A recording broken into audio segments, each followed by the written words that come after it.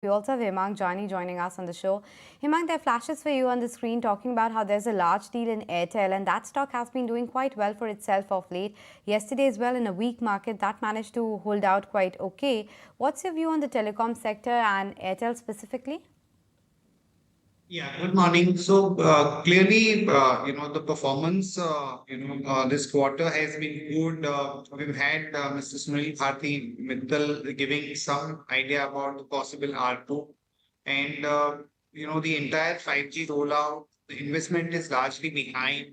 So we do have a view, and we think that the R2 growth story, along with the leverage, will kick in a big way.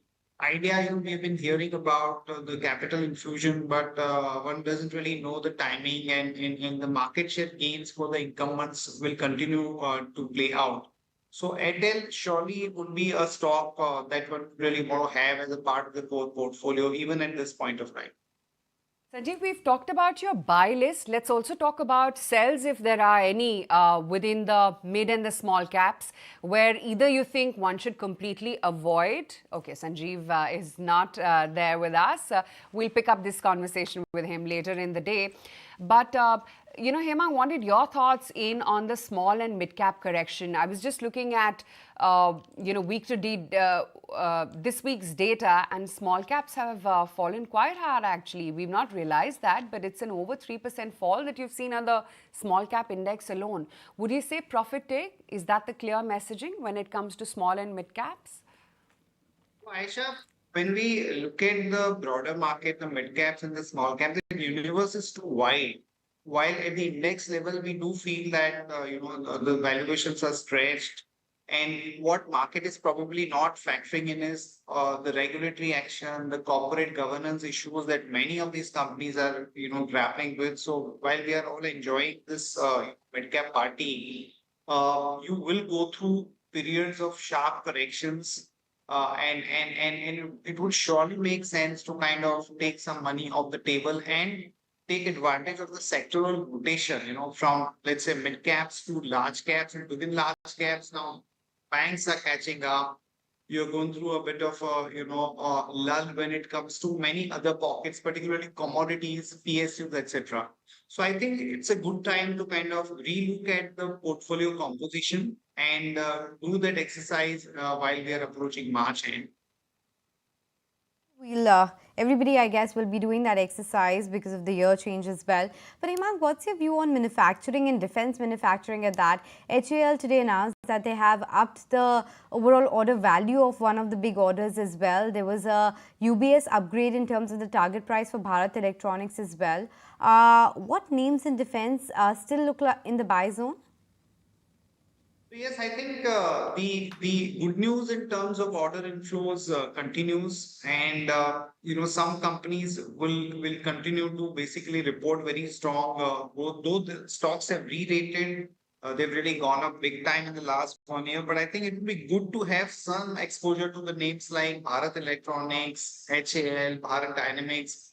I only feel that we should not become too greedy and have too many stocks and defense also in the portfolio just because the sector has done so well. So have a meaningful exposure, let's say about 5 to 8%, and have one or two good names. I think that would be a sensible strategy to have.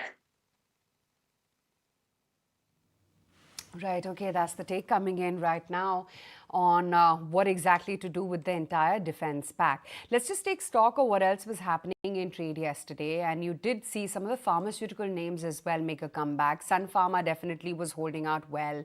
In bits and starts, technology, some of the FMCG names like Britannia as well did their bit. There was a Titan as well, which was also shining bright. And then L&T too, after I think 2 or 3 days of a bit of a rest, finally made a comeback and held out by about almost 1%. And autos, of course, were charged up quite a fair bit. Bajaj Auto, we've been talking about that, and on record, Mr. Bajaj has been saying that actually it's 12,000, which he finds is the fair value for their stock. Clear enough, Bajaj Auto is in quite a hurry to actually make it to that mark. But Hemang, wanted your thoughts in on the entire two-wheeler pack right now. And would you still stick your bets with TVS, wherein the performance has been has been proven. It's a proven track record, although the stock has done very well in the last year and a half. So yeah, I mean, the two-wheeler space in the last 6 months has done pretty well. Whether you look at the stock price performance, whether you look at the management outlook, or in terms of the monthly numbers, I think we continue to see the traction, and I think it may well continue. I think in terms of valuations, Hero Motor looks far more attractive versus a Bajaj or a TVS at this point of time.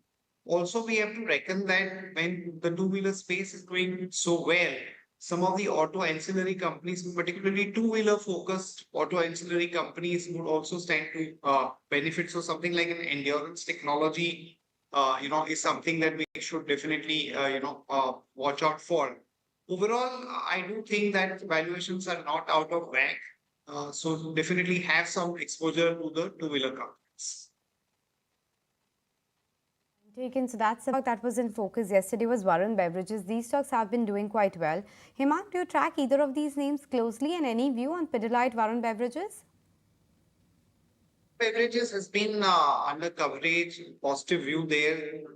The valuations are not by our side, let's say about 60, 62 times. But what we have to understand that how many companies in India where you will have a volume growth in excess of 15 to 18%, EBITDA margins more than 15%, and earnings growth of more than 30%. So within mid cap, though valuations are higher, given the growth visibility and the track record, I do think that the Varun Beverages will keep on performing even, let's say, from current valuations and price points.